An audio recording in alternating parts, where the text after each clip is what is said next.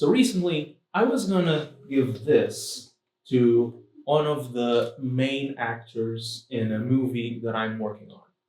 And this is the A12, which has been a staple for video games and movies for decades. And it's so familiar that I wanted to make it more unique. I wanted to improve it somehow. In the process of doing that, I accidentally made a whole new gun. So I present to you guys this the J2329 Morningstar. This was a fun project to work on. It looks super cool. I'm going to bring it to the table and show you some of its more interesting features and design choices. All right, so this is the main editing file for all the parts that I designed for the Morningstar project. Now, full disclosure, the actual basis, the starting point for the gun, I did not make it from scratch. I used this 3D model that I found online. So there are some modifications here that were basically different iterations of the project until I got to the final point. So originally, I was thinking of going with the drum mag design, but I quickly abandoned it because, as you can see here, I saw that it looked extremely bulky, and also I noticed how the AA12 is very awkward to maneuver with a drum mag if you have like body armor on. So I decided to just leave it with stick mags. So I designed some stick mags, and originally we're gonna have this key mod handguard with like paratrooper style machine gun stock, which that was the first iteration of the gun, as you can see in this image. But I noticed that this was very awkward to cheap, and this was not a very effective like mounting system for accessories. And plus, M-lock, like this pattern over here, looks much smoother, so I ended up just going with this. You have just a much more like ergonomic stock. This was my second attempt at it. It just folds to the side.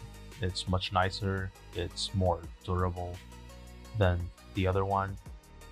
And these are just reference measures of the steel pipes because, as you will see, I used actual steel pipes to make the core structure stronger, because the last thing you want is for your actors to be breaking your prop accidentally, or almost as worse, your actors not being able to act properly because they're needing to be so careful about not breaking the props.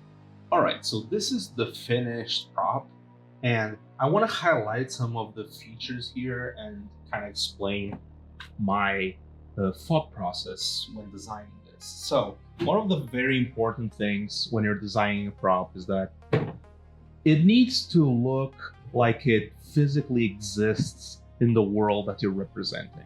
And so it needs, signs that it was used, that there's a story behind it. And that's why I did that by having a very aggressive weathering to the camo paint here.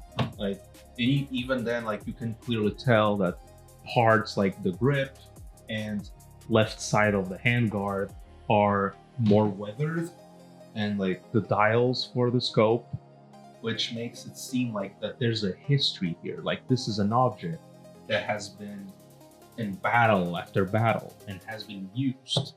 And another way I did that is by having like little buttons and things that the actor can actually interact with. Like for example, but this is also part of prop mastering. Like you need to know like what the actors are going to be using, what they're going to be doing with your props. Like if they're going to just be standing around, there's no use for moving parts. But here we actually needed something more complete, so I added things like an actual removable magazine, which has the paint not go all the way until the tip, because this is an actual thing you do in real life when you're painting weapons. You avoid putting paint in any part that's going to be like actually inside the gun. So it gives it that extra realistic touch. And there's also a moving chamber. See, where like you can actually load like prop rounds into it, like this. And then you can have them come out if you need to. You can notice that this is not locking at the moment. And that's mainly because it has a mechanism that I built that basically has an elastic inside here. And one of my main concerns when assembling this was, what if it breaks? You know, what if this elastic inside it breaks? And I needed a way to make this repairable, because you need to anticipate these things, because, you know, if there's a part of your prop that can break during filming, it will break, and it helps to design them so they're easily maintainable. Like, you want to build them in parts so that if one part breaks, you know, you don't have to replace the entire thing and build something from scratch. So I built kind of a field stripping mechanism in which there is a tab here, which you unscrew. And then the whole thing just slides out like so. As you see, it's also cool for like cinematic purposes, because you can have like a tactical down kind of thing. And as you see here, this is the action, which is very simple.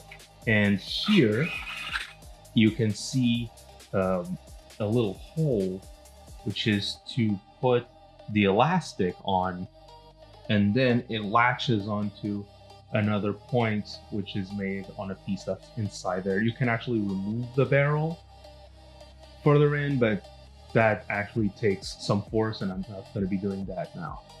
So this is how it works. And then if you want to just replace it, you adjust the tension and you put everything back together like so. And then you just screw the front cap back on, and bam, you're ready to go. Aside from the actual mechanical features, there's a bunch of decorations that I put here to make it more like aesthetically authentic. And for example, there is some sling points here and here on this side. There's some on this side, but they are not real. They're just 3D printed parts. But these are actually real because character who's going to be using this is left-handed. So I had to put it on this side. And the actual shell holders for breaching rounds, and a bunch of buttons on this side, like an actual flashlight and aiming module and a bunch of buttons. I wanted it to have like, I wanted things to actually make functional sense, you know, like everything that you look actually has a purpose, like someone would actually carry this in a battle.